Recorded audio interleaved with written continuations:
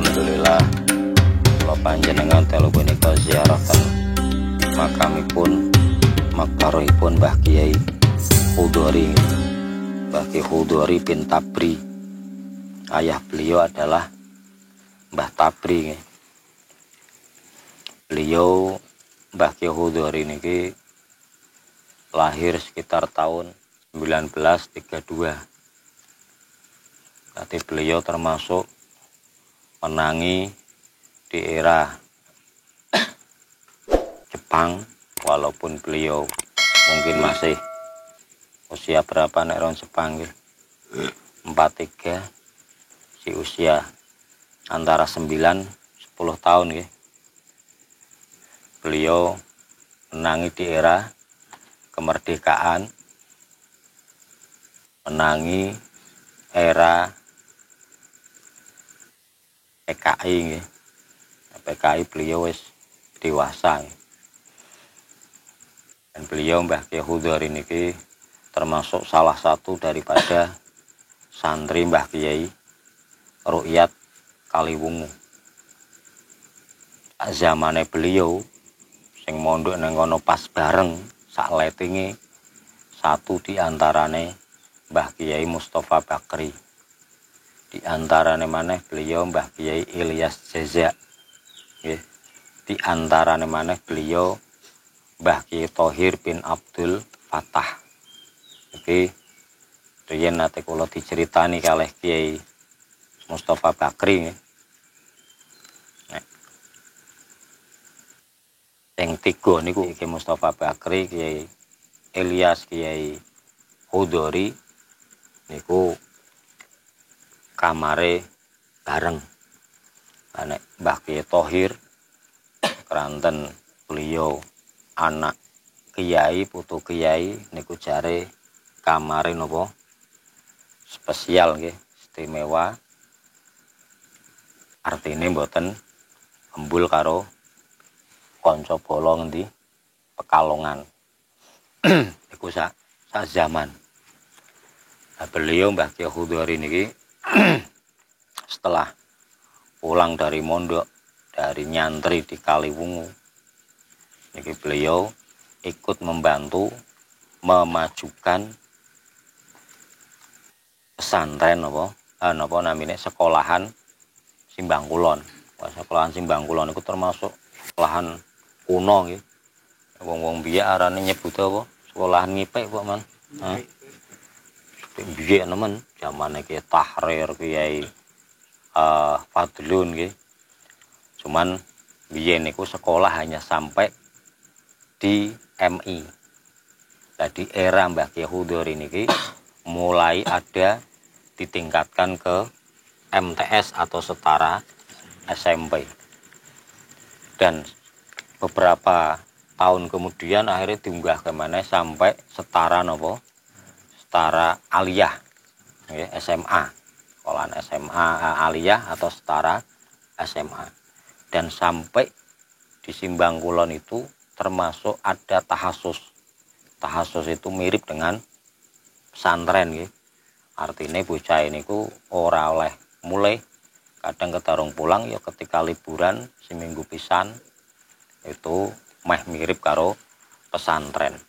Dan memang di Simbang Kulon ini memang dari dulu banyak ulamanya nggih. Sehingga akhirnya Simbang Kulon itu termasuk terkenal sekolahan sing kolot apa Panasir, sekolahan kolot.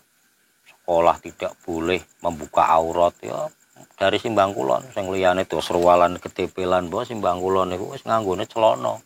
Nggih. Sekolah kadang lanang wedok dicampur. Simbang Kulon dari dulu ora dipisah kelas itu tapi dipisah sekolahane, jauh dari dipisah masjid. Siji nang kidul masjid, siji nang lor masjid nggih.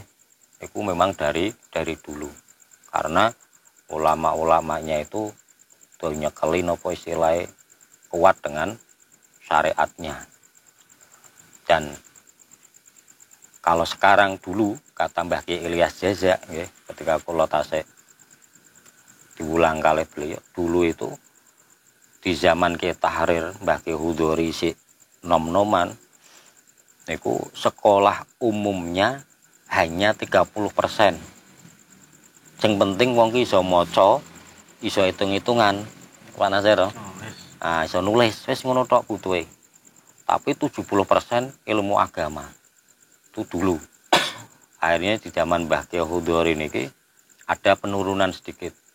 Penurunan, dan sampai yang terakhir itu 30% kebalikannya, 30 sampai 40% agama, yang 60 ataupun 70% ilmu umumnya.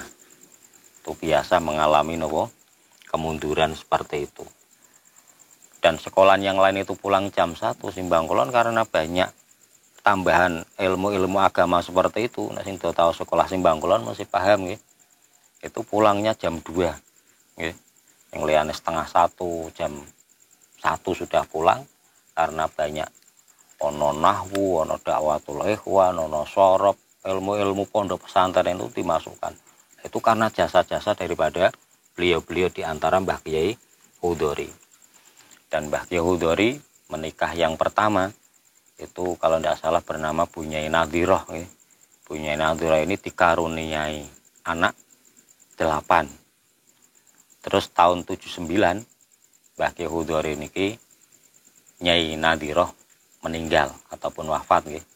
Dan Kiai Hudori niki pulang dari pondok ikut membantu di Salafiyah ataupun di Madrasah Simbang Kulon Ngipe ini, dan juga beliau itu pengusaha tenun nih, termasuk orang yang sukses kaya.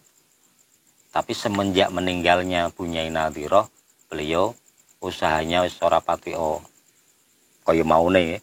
Beliau lebih banyak waktunya untuk mengajar di majelis taklim, terus di masjid, di sekolahan, dan juga membuka awal sebelum ada yang mukim, sebelum ada pondok pesantren, beliau sudah ngomahe wis gawe ngaji.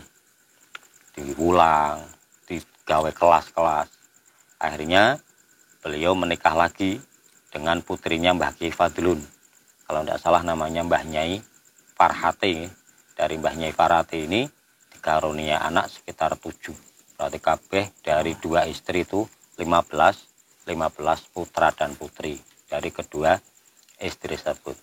Akhirnya beliau lebih tekun lagi di dalam membimbing santri-santri, sehingga kalau tidak salah sekitar tahun 1985 beliau meresmikan mendirikan pondok pesantren yang bernama Nurul Huda.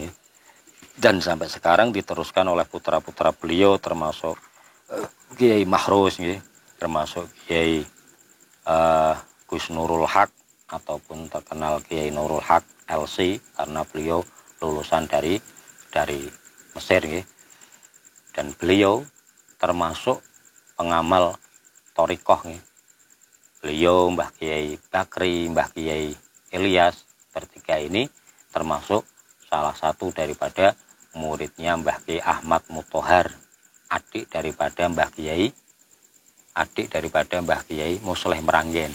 Jadi silsilah thorikohnya beliau, dan kebanyakan ulama-ulama Simbang Kulon dan sekitarnya itu ndereke thorikoh kepada Mbah Kiai Ahmad Muthohar ataupun dari Meranggen. Karena Mbah Kiai Musleh itu di tahun 60-an 60 ataupun 70-an Mbah Kiai Musleh itu meninggal wafat di Mekah. Akhirnya dilanjutkan oleh adik beliau Kiai Ahmad Muthohar dan putra-putra daripada Kiai Musleh, termasuk Kiai Lutfil Hakim dan Kiai Hanif adik Musleh. Itu beliau-beliau ini derek thorikohipun dumateng Mbah Kiai Mbah Kiai Ahmad Muthohar, saking Mbah Kiai saking abahe Mbah Kiai Abdurrahman Qasidul Haq, saking Mbah Kiai Ibrahim Brumbung, saking Syekh Abdul Karim Al-Bantani, saking Syekh Ahmad Khotib As-Sambasi, terus munggah sami dengan kula jenengan ingkang saking jalur Mbah Kiai Abdullah Fakih Wonosobo. Dan beliau sampai gerai pun beliau masih berusaha untuk ngajar, sampai ngajar. Akhirnya di tahun 2000, kalau tidak salah di bulan Maret tahun 2000, beliau wafat setelah meninggali termasuk gurunya beliau adalah Mbah Kiai Bakri Hamzah. Mbah Kiai Bakri itu ya teman ya guru dari Mbah Kiai Hudori. Karena Mbah Kiai Hudori ini bukan dari turunan apa Kiai gede atau Kiai Dung-dung ya. Hanya dari orang biasa tapi yang soleh. Buktinya soleh apa? Mbah Tabri ini buktinya soleh. Beliau sampai duwe putra Mbah Kiai Hudori. Makanya nek kula panjenengan pengin duwe anak soleh, solehkan dulu diri kita. Ora mau dhewene kongkon anake kon soleh tapi dhewene ora soleh ya ngapusi ya ora arane ngomong. Termasuk diantarane contoh umpamane anake ben soleh ya ketika maksa anake kon ngaji ya dhewene paling ndak ngaji nggih. Anake untuk menutup aurat ya dhewene nutup aurat. Kadang kula coke ngiris nggih. Anake di sekolah kenang TPG ben apik-apik, ibune do buka aurat umpamane ora mak cok don jemput TPG iki sih ora Pak Nasiro sawang nggih. Lah boleh apa ndak ya boleh saja, tapi ketika pingin oleh sing apik ya kitanya berusaha, bukannya kita soleh dhisik tapi kita berusaha untuk menjadi orang soleh dulu, baru nanti insya Allah putra putri kula akan menjadi napa soleh. Termasuk beliau Mbah Kiai Hudori. Mbah Kiai Hudori bukan dari kalangan putra kiai, simbahe kiai dan lain sebagainya, tapi dari orang biasa. Dan beliau ini terkenal waktu kanak-kanaknya nggih. Si anak-anak ini saya termasuk salah satu anak yang manja tapi cerdas. Akhirnya beliau dipondokkan, disantrikan di pondok apik, yaitu di Kaliwungu, di asuhan yaitu Mbah Kiai Rukyat Kaliwungu. Akhirnya beliau termasuk orang yang sukses, dan sampai detik ini pondoknya semakin berkembang karena dilanjutkan, diteruskan oleh putra-putranya nggih. Malah ana Nurul Huda Banat, ana Nurul Huda apa maneh niku sampai beberapa nggih, tidak hanya satu saja, dan bercabang dan delalah saling berkolaborasi dengan sekolahan ngipik. Jadi akhirnya dengan program apa sekolah dan mondok. Hari itu mondok ten mriku ten ngen Mbah tinggalan Mbah Kiai Hudori, tapi sekolahnya di Simbang Kulon. Iku diantaranya nggih. Makanya kula panjenengan mugi angsal barokahipun Mbah Kiai Hudori nggih, sehingga putra putri kula panjenengan minimal dijadikan napa anak-anak yang berbakti kepada orang tua dan menjadi anak-anak yang soleh. Amin ya rabbal alamin. Kemauan nggih, mugi-mugi manfaat, nambahi teman kula panjenengan, nambahi wawasan kula panjenengan. Kap semanten. Maulaya sholli wa salim daiman abada ala habibika khairi khalqi al habibul ladzi turja syafa ahwali muqtahami ya rabbi bil mustafa baligh maqasidana wa fir lana ma madaya wasi'an karami ya Allah biha ya Allah bi husni wa khatimah taqabbalallahu